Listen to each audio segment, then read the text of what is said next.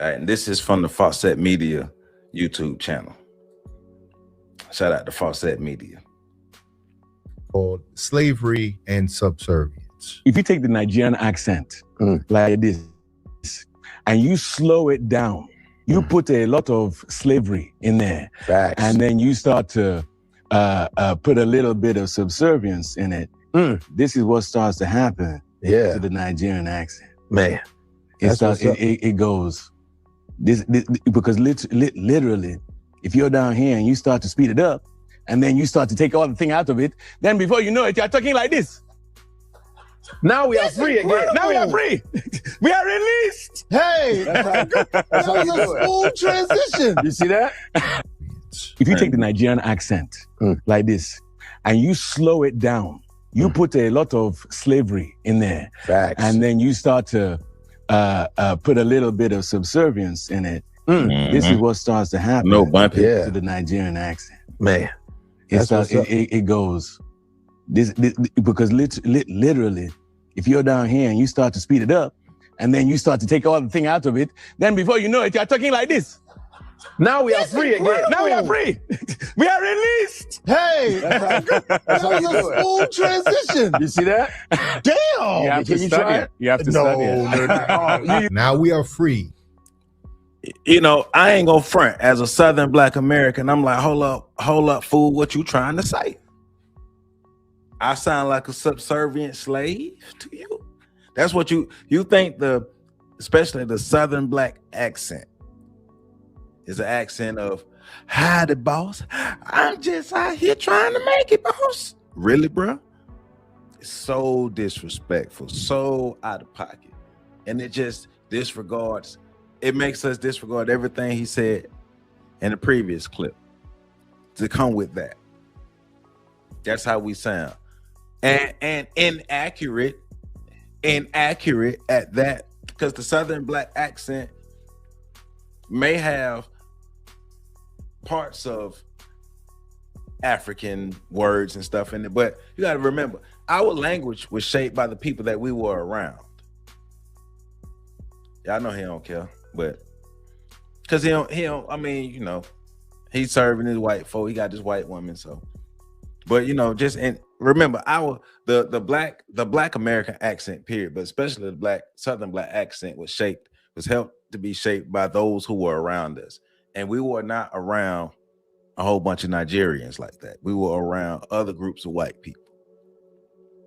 They helped shape this Black American accent. But he is disrespectful, though. Somebody need to push his ass down. But, you know, make sure you ask the larger question. So that's how you see us. Do you see us as subservient slaves? Were you taught that? Is that something you learned along the way? Is that, you know, that help? Does that help you sleep at night with your white wife? I don't know. I'm just asking all types of questions.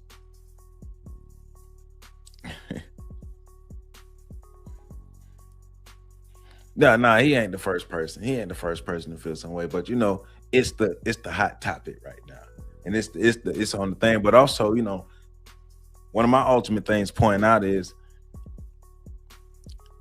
you can't, like we're saying, you can't talk the unity stuff. What's going on, man, Tara? You can't talk the unity stuff and then come back with this though, like we said earlier. Yeah, Ari Spears slow too. Ari Spears slow too. And Ari, yeah, I forgot about. I remember that. I forgot about Ari Spears, but I think the first thing I thought, Ari Spears, you have questionable character around little children, man. You really want to call somebody slow? You have questionable character around little children. Especially that for that skit you and Tiffany Haddish did. So we really calling people slow. You slow for doing that skit. You know, but you know, this is the thing, because it's the Ari Spears comment and this comment are more examples of the fuel that's on the fire between black people, the intra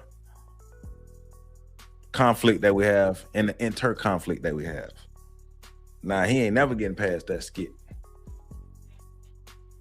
And he got beat up on the Corey Holcomb show. So but David Oyelowo's apology is in this as well. So let's get to it. That I want to apologize unreservedly to all those who were rightly offended by my comments on the 154 Africa podcast regarding Southern accents. It was a wrong thing to say, and it is not how I feel. I have nothing but deep respect and great love for Black people of all kinds, especially those from the American South. Reducing a dialect born from the richness and resilience of Black Southern culture to anything less was careless and wrong. All I truly care about is lifting up my Black brothers and sisters from all places through my work and my words. Please forgive my failure to do that in this instance. Sound like ChatGPT. Sound like ChatGPT or your publicist or something. But why say it? You didn't even have to do this. You didn't even have to be here with the apology. If you truly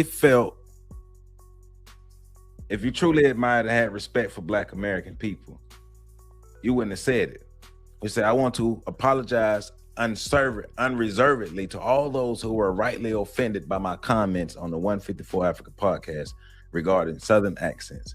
It was the wrong thing to say, and it's not how I feel. Bull. It is how you feel. That's bull.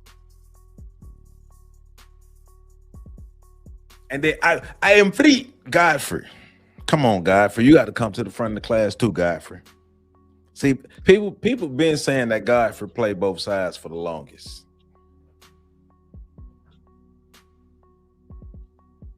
So, you know, he ain't safe either. He said, but it's a bigger issue. There's no ground rules on how we all should act in around. I know. There ain't no code of conduct. That's why we all just out here willy-nilly just crapping on each other. We just crapping in our hands and throwing it at each other. What else does he says? I have nothing but deep respect and great love for Black people of all kinds, especially those from the American South. Sure. Reducing a dialect born from the richness and resilience of Black Southern culture to anything less was careless and wrong. But it's how you felt.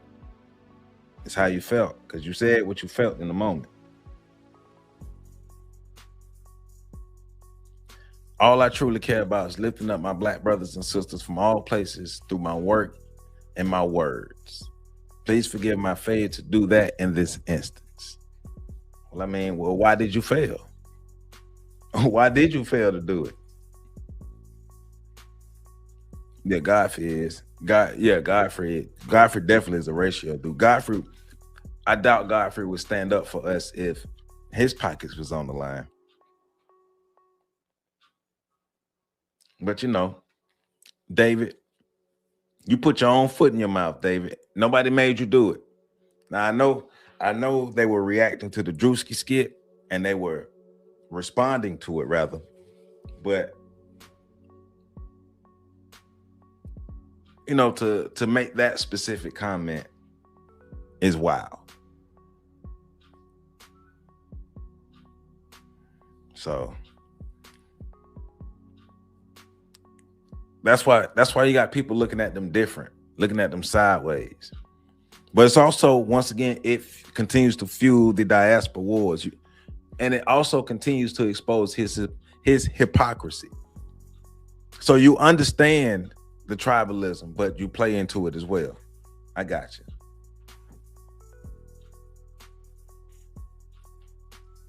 You said, I have to quickly say, you cannot condemn too much all the time because we're all going to make mistakes. Nah, I feel you. We just letting them know you messed up right here. And when you make that mistake, well, that's why everybody talking about, because he made that mistake. So that's why he at the front of the classroom, because he made that mistake. Because what, right? We're all gonna make mistakes. We're not perfect. We should have grace for each other. But when you do things like that, you got to understand, you stepped out of line, you were out of pocket, and that are consequences to your words. we do need to have consequences for ourselves and each other. But once again, like you said, we do need that code of conduct to set how we're supposed to operate with each other, and we don't. That's why we still out here at each other's heads. Black people are at each other's heads across the globe. Look at what's going on in Africa, especially against the South Africans. And I'm not gonna act like I know all the groups just off the top of my head, but I know it's a lot of strife going on in Africa, and I know South Africans are a part of it. But black people are at black people's throat all over the globe. So the diaspora wars continue. I hope y'all happy. Hey man, it's a school night, so you already know we ain't gonna be here all night, and I'm about to wrap this thing up. Said, but we don't go to their homelands and get that. Well, right. That's why the delineation has happened. You're right, man, Tara. But that's exactly why the delineation has happened, because I'm gonna be honest.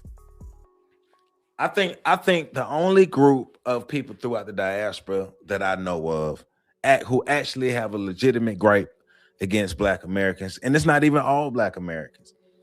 It's Black Americans from Miami, South Florida Black Americans. In the 80s and 90s, South Florida Black Americans gave the Haitians who were in South Florida specifically nowhere else. So if you're a Haitian from South Florida who came up in the 80s and 90s, you have a gripe against Black Americans. Black Americans gave them hell. But for the most part, even when I was growing up, I noticed the division. I noticed how most Africans that I went to school with went out of their way to get away from us and to make friends with white people or other racial groups of people, but they did not mess with us. So now, shout out to all the Africans who do not exist like that, because my godfather is Ghanaian. My dad's best friend is Ghanaian. So, you know, we grew up with African people. I don't know how many, but I have in my friend group several people from the continent who are, you know, several African people, several Nigerians who are part of my close friend group. So of course I know from experience that it's not all Africans, and I can't even give you a percentage, but we know it's enough. We know it's enough of Africans who go out of their way to assimilate into white culture and to speak like David and Akbar and Godfrey and some of the other stuff that they speak in to disparage Black Americans, and then try to act like it's not what they meant. I'd be damned. That is what you meant. Just stand on it. That is what he meant. So, you know how we do it, man. Folk be lying out here, man. Don't be lying, people. Don't be lying. Be better than that. All right, man. So we done reached our hour mark. He said they are told by immigration in some family. Yep. That's what they keep telling us. I've heard that out of Africans' mouths myself, because like I say, elementary school, I was in school with Africans.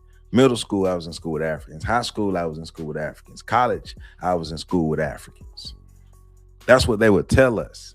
The ones who were cool with us, the ones who wasn't on the bull, the ones who wasn't trying to assimilate.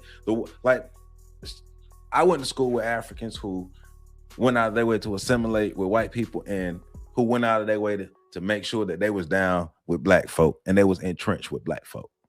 So you do got two schools, just like we got Black folk and we got N-words, right?